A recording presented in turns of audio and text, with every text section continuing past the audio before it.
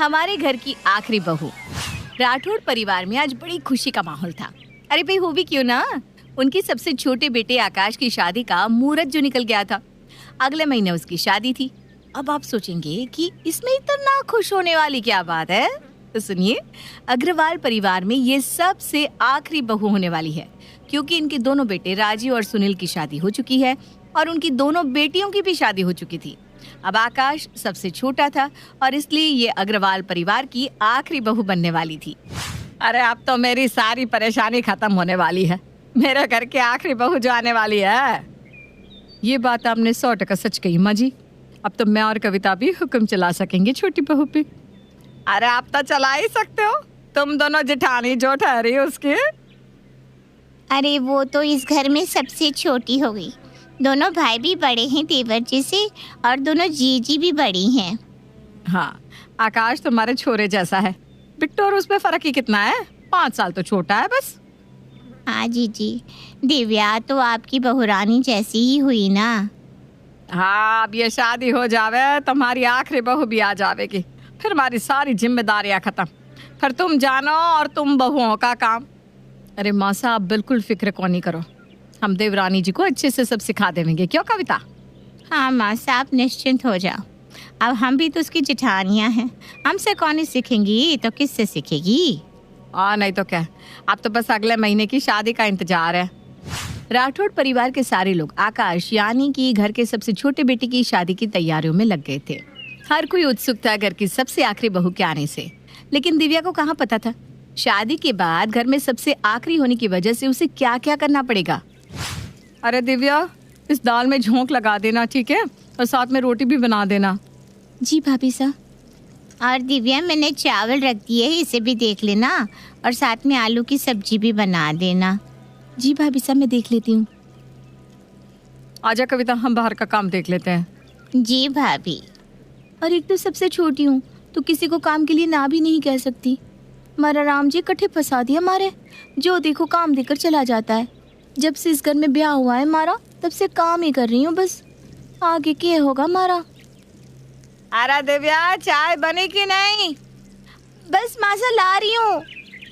चल चल छोरी, नहीं तो डांट पड़ जाएगी तने।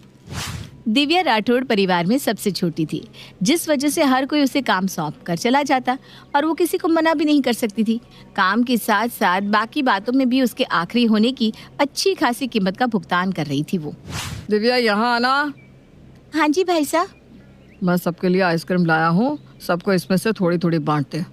जी भाई साहब, अभी कटोरिया लेकर मैं आऊँ हूँ। अरे वाह, आइसक्रीम ये तो मेरी पसंद की है, मजा आएगा। पहले सबको दे देती हूँ, फिर जो बचेगी मैं खा लूंगी। ये सही रहेगा। दिव्या सबके लिए कटोरिया लेकर आती है, सारे घर वालों को परोसने लगती है। ये लीजिए माँ साहब आपके लिए। हाँ हाँ लाला। ये आपकी भाई साहब, मजले भाई साहब। दिव्या ने धीरे धीरे करके सारे घर में आइसक्रीम बांट दी, लेकिन जब उसकी बारी आई तो आइसक्रीम पिघल चुकी थी।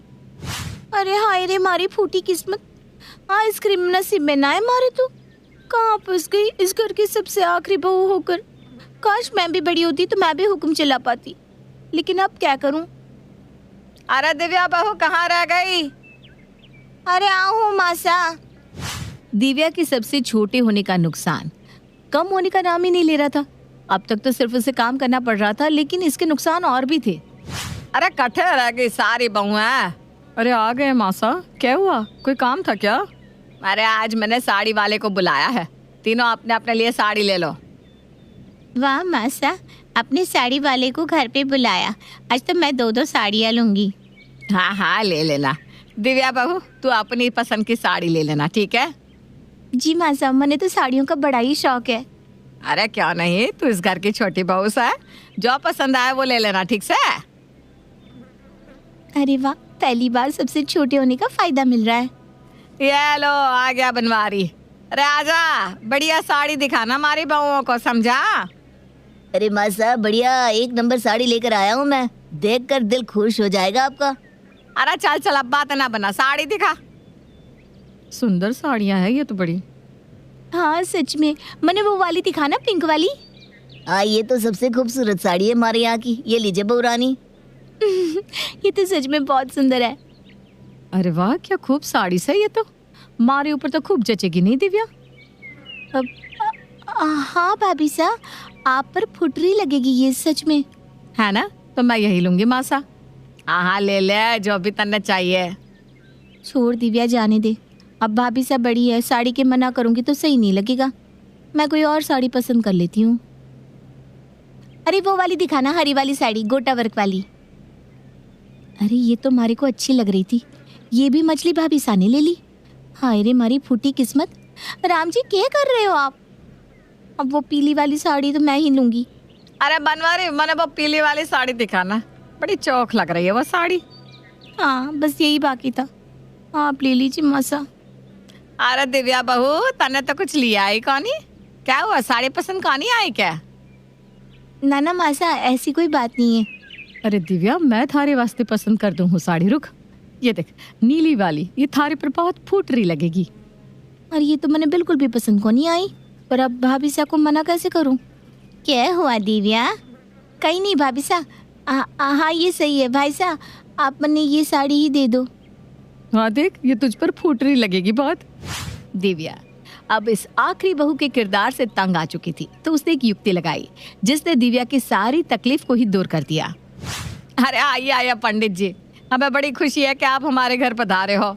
मासा ये बहुत ज्ञानी पंडित है, हमारे गांव में इनकी बड़ी मान्यता है। पंडित जी मैं आपको प्रणाम करूँ, आइए विराजिए। दिव्या बेटी हमारे गांव की है, इसीलिए हमारी छोरी जैसी है, इसीलिए मैं एक जरूरी सूचना देने यहाँ आया था आपको। क्या है जरूरी सूचना पंडित जी? आपके घर पर राहु का साया है बहन जी, आपको बड़ा सावधान रहने की जरूरत है। राहु का साया? अरे बाप रे पंडित जी, अब हम क्या करें? हाँ पंडित जी, कोई तो उपाय होगा ना इसका। आप तो बड़े ज्ञानी लगता है पंडित जी, आप ही कोई उपाय बताइए। बहन जी, राहु से लड़ने का तो बस एक ही उपाय है, और वो है इस घर की सबसे छोटी बहू को बहुत खुश रखना। उसके भाग्य से ही राहु से छुटकारा मिल सके है आपके घर को। कि घर के सबसे छोटी बहू को बहुत खुश रखना होगा? हाँ हाँ बहन जी, जितना हो सके उसे खुश रखे, ज्यादा काम न करवाए, उसे आराम दे, तोहफे दे। जितना वो खुश रहेगी उतना आप इस राहु से दूर रहेंगे। आपका बहुत बहुत धन्यवाद पंडित जी, आज से ही हम ये काम शुरू कर देंगे। हाँ आज से ही हम ये कार्य कर देंगे पंडित जी। अब मैं करूंगी थोड़ा सा आराम, मेरा ये आइडिया काम कर गया। थैंक यू पंडित जी मेरा ये काम करने के लिए। ठीक है, अब मैं चलता हूँ दिव्या बेटा, और कोई काम हो तो बताना, ठीक है? जी पंडित जी, आपने तो हमारी बहुत मदद कर दी, मतलब इस घर की बहुत मदद कर दी। अच्छा मैं चलूँ, नमस्कार। नमस्कार। अब देखना ये मुझे कैसे सब अपने कमरे में भेजते हैं आराम करने के लिए। अब तो मजा आएगा। शीला, तू अभी से ये करना शुरू कर दे, देर कौन ही होनी चाहिए इस काम में। हाँ मासा, मैं अभी फोन लगाती हूँ रिया को, और तू दिव्या जल्दी से लाडू बना दे। क्या? मैं क्या करूँ, लड्डू बनाऊँ? लेकिन अभी तो पंडित जी ने कहा कि घर की छोटी बहू को खुश रखना है। हाँ तो इसीलिए तो रिया को फोन लगाया है ना। रिया कौन से मासा?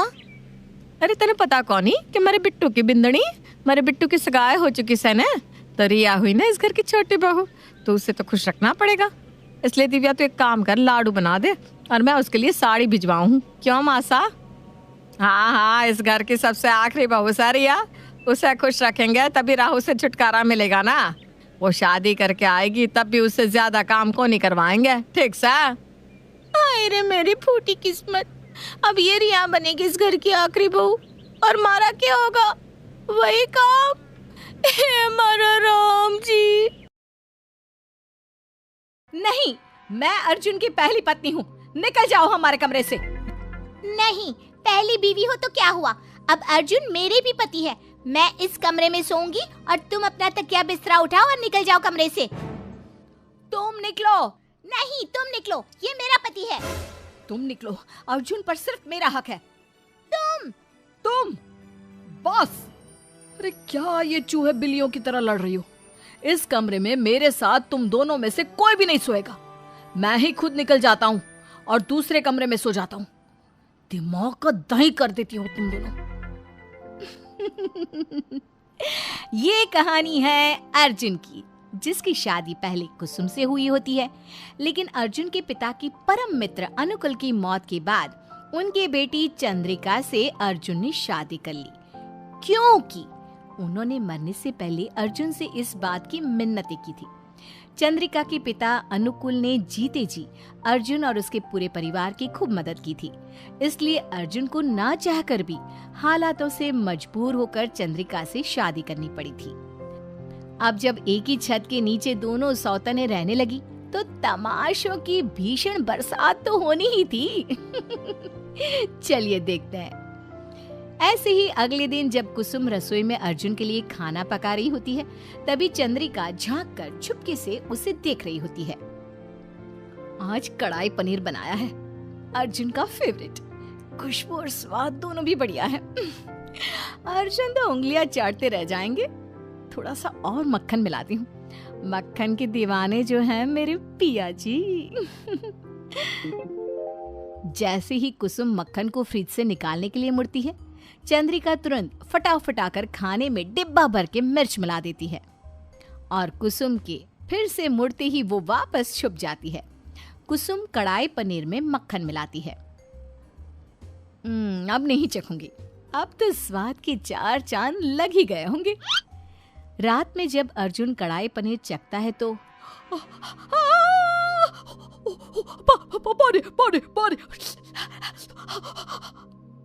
चंद्रिका फौरन अर्जुन को पानी देती है और उसे अलग से अपने हाथों से बनाया हुआ अच्छा खाना देती है। ये क्या है कुसुम? नींद में खाना पका रही थी क्या तुम? इतना तीखा? लेकिन मैंने तो नाप तोल कर नमक मिर्च डाली थी। चुप बैठो तुम तो हो ही कलमुही। तुम्हारे हाथ का तो पानी भी नहीं पीना चाहिए। लो अर्जुन, मेरे शुभ हाथों से बना हुआ खाना खाओ। Thank you Chandrika. चंद्रिका कुसुम को देखकर मुस्कुराती है और आंख मारती है। कुसुम गुस्सा हो जाती है और समझ जाती है कि ये सारा किया धरा चंद्रिका जी का ही था।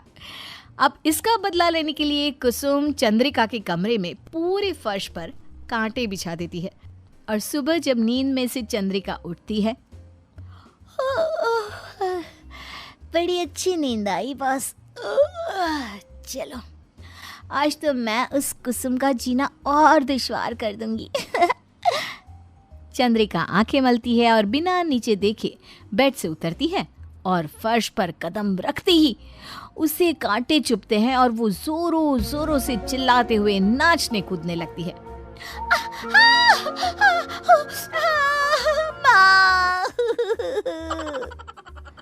ये सब कुसुम अपने कमरे के बाहर से छुप कर देख रही थी और फूट फूट कर हंस रही थी। चंद्रिका कुसुम को हंसते हुए देख लेती है और वो बेड पे फिर से बैठकर कहती है, अच्छा तो वो नास पिटी जिसने ये कांटे बिछाए हैं वो तुम हो।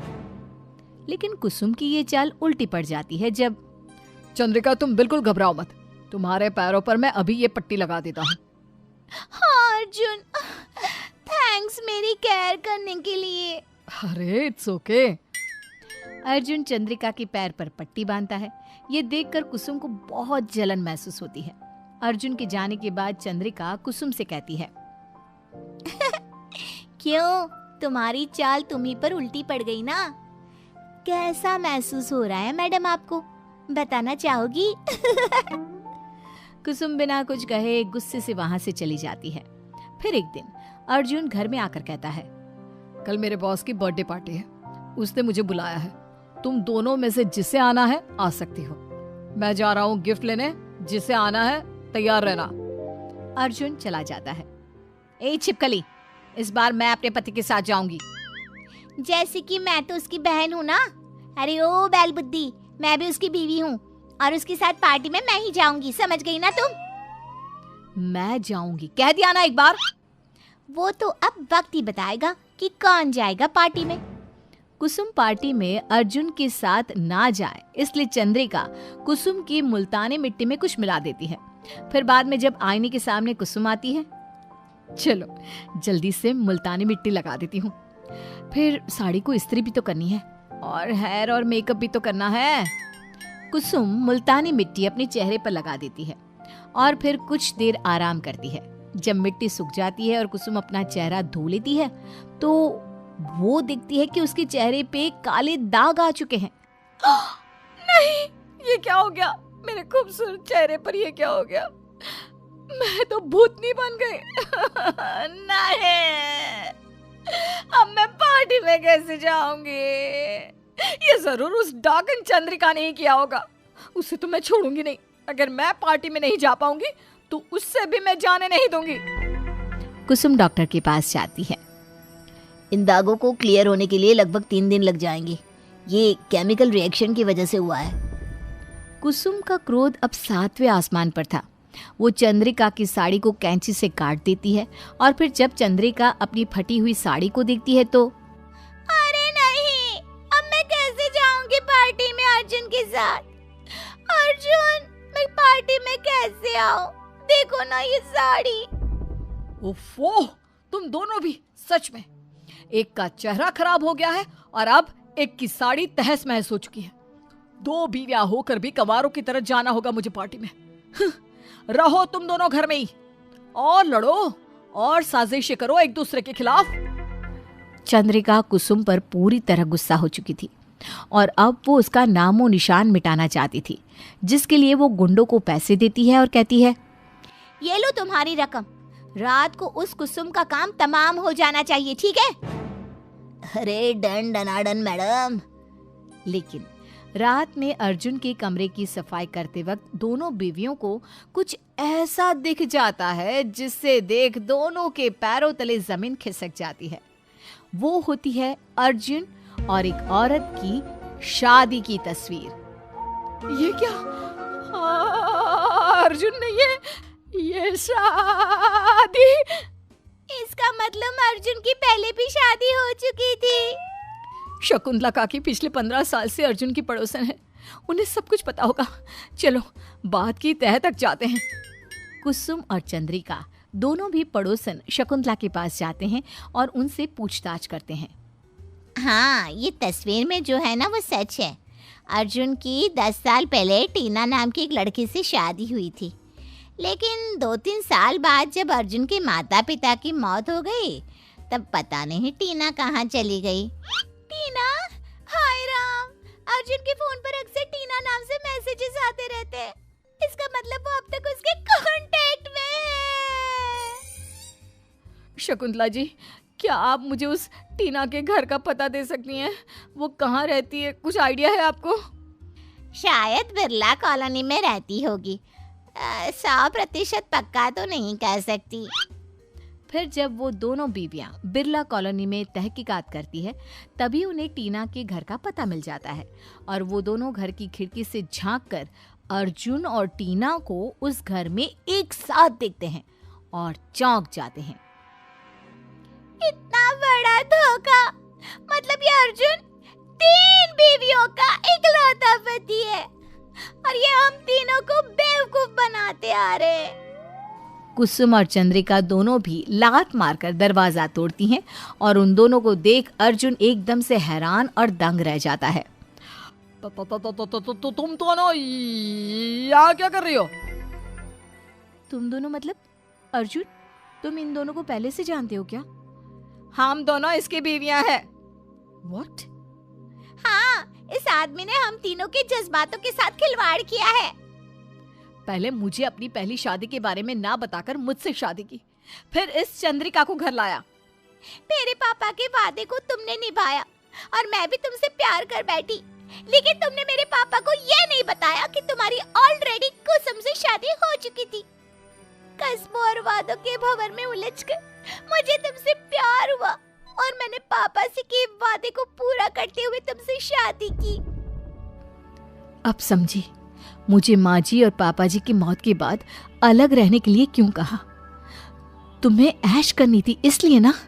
ऐसे दूसरी औरतों के साथ शादी करनी थी, मजे करने थे इसलिए ना? लेकिन अब तुम्हारे मंसूबों को हम किसी भी कीमत पर पूरा नहीं होने देंगे। मेरी बात सुनो तुम तीनों, मुझे माफ कर दो। चुप बैठो, अब कुछ नहीं सुनना तुमसे। जिस पति के लिए मैं अपनी सौतन से लड़ती रही वो तो 1 नंबर का धोखेबाज और 420 निकला।